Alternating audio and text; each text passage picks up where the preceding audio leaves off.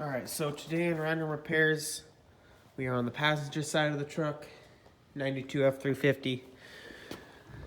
Dual rear wheel, I believe it's got the 410s. We're taking off the passenger side because I've already been through the driver's side multiple times. And what I'm going to do is I'm going to take off this brake drum. I'm going to inspect the brake shoes because I got a pair of brakes. I only did the passenger side because that one had a bad wheel cylinder. So I replaced that and the axle seal. I'm going to take this one off. I've taken it off once. It was phenomenal in there. But I have another set of brake shoes. I'm thinking I may just throw it on just because. Yeah, I do run 2-inch wheel spacers just because these tires are a little fat for dually configuration. So I'm gonna try to find a tripod. Here's my little helper. I'm gonna try to find a tripod for you. Alright, this video is gonna be a little long, but we're taking off the wheel.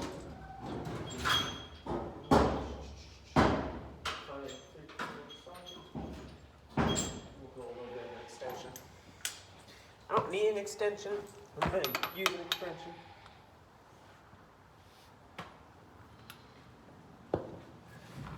Because I want to. Sorry about the light. I can't see much either. So these wheel extensions or wheel spacers use 3/4 inch bolts to hold them on. Sorry, 3/4 inch nuts to hold them on. The wheel itself uses 7/8.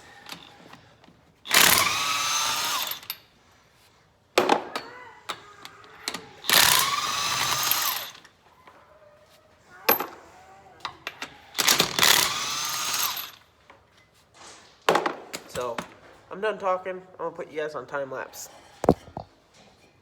Ah, shoot.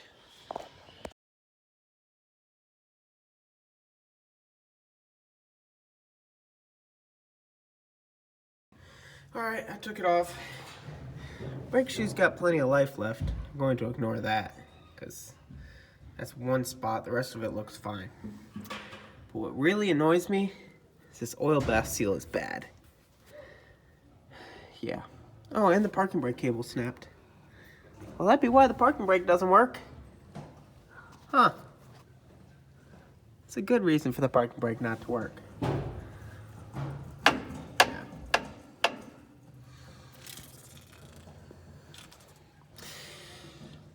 Fun. Not what I wanted to do. See, this here goes somewhere. Doesn't just float in there. Okay, that's parking brake related. So this really flops down underneath. Yeah. It's a greasy mess. I'm not gonna dig in here too much because I don't got the oil seal. But what I am gonna do, oh shit. I guess I do need to do. Alright, I guess I am gonna do brake shoes. Because right there, that's down to the rivet. And I don't want to destroy these really, really expensive brake drums. So, now, don't mind me, I'm gonna go YouTube the process on this. And then I'll bring you back and show you what I figured out. Alright, so what I figured out is I'm just gonna dig in. So it looks like we got a spring here, a spring down here, and a spring up here. That looks like all of it. So we're gonna do that. We are also going to be cleaning up in here. Don't worry about that.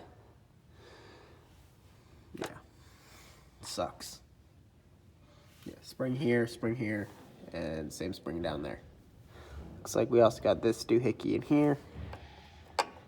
I assume that's part of the, oh, that's the adjuster. So we're going to adjust that out. I know there's some magic science behind this, but I will set you up on a tripod and figure this out.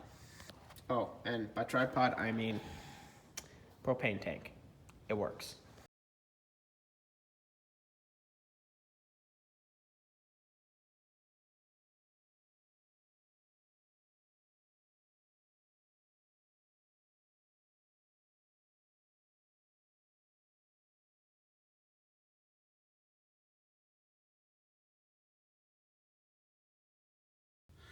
Alright, I've done the brake shoes. Normally you would have to do the parking brake, but my parking brake cable is of course snapped. So yeah, that's why it doesn't work. Again, the old ones placed because they're completely destroyed. Yeah, not wearing perfectly even. Hopefully I fix that with adjusting the shoe tensioner down below. And yeah, so now I'm going to put the drum back on and then replace the shock. Alright, for anyone who doesn't believe me, I am torquing these lug nuts, even on the spacer. Starting at 75. No, it's hard for you to read that. I start at 75. You know what? I don't even need to get up for the 75.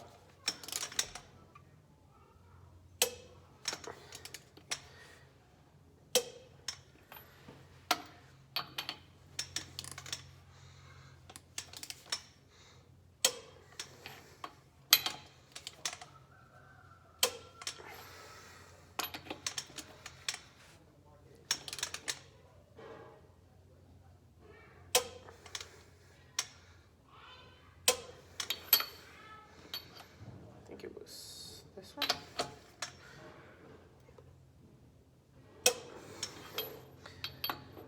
If you need to stand up for any less than 100, you need to hit the gym.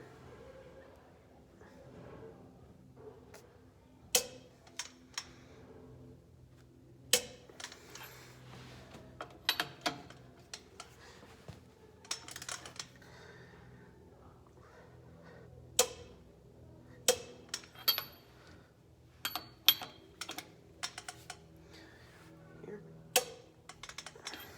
And here.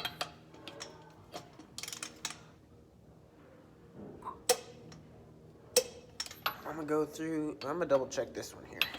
I don't know if I hit this one. Yep, all right. So now we're gonna bump it up to 150. That's where I want these at. Now what you're thinking, they're 3/4, don't go more than 100. Well, I would agree with you, except I know these are hardened steel nuts and they're milled down just so that they can fit in these holes.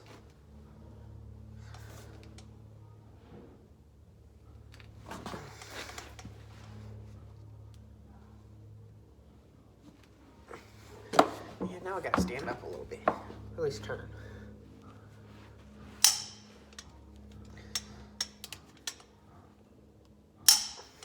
See?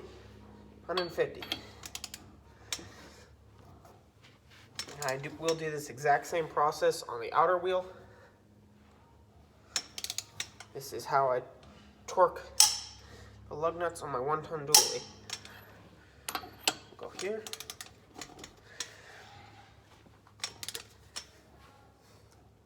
And I torque these kind of like I'm doing a head on a vehicle. Head on an engine, I guess.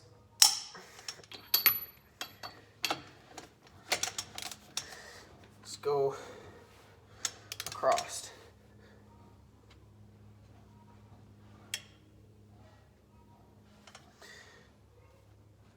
Alright, I'm gonna choose to ignore that. It's this one now. Did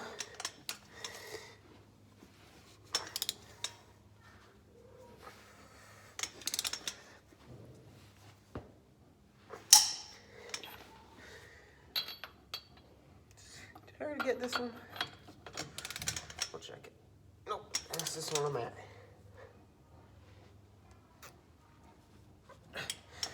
No, I don't need the 10-inch extension.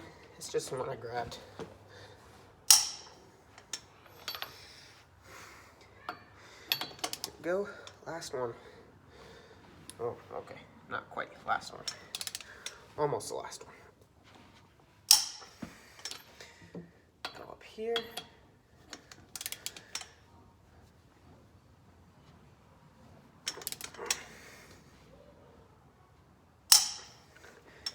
Alright.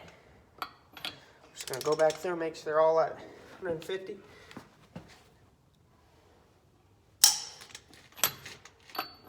Again, this round is just checking them all, making sure I didn't miss any.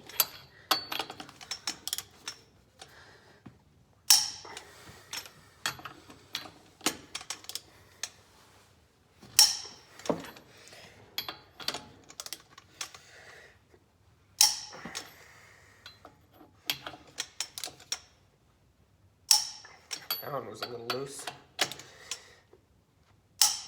Two. And this is why you always go and double check. So now I'm gonna drop it back down to 75 for the outer wheels. Then I'll pause you and show you when I get there.